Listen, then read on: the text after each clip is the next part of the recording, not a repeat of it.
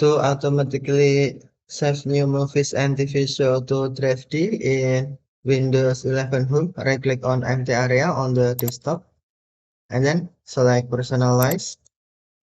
Next, tap System, and then click or tap Storage.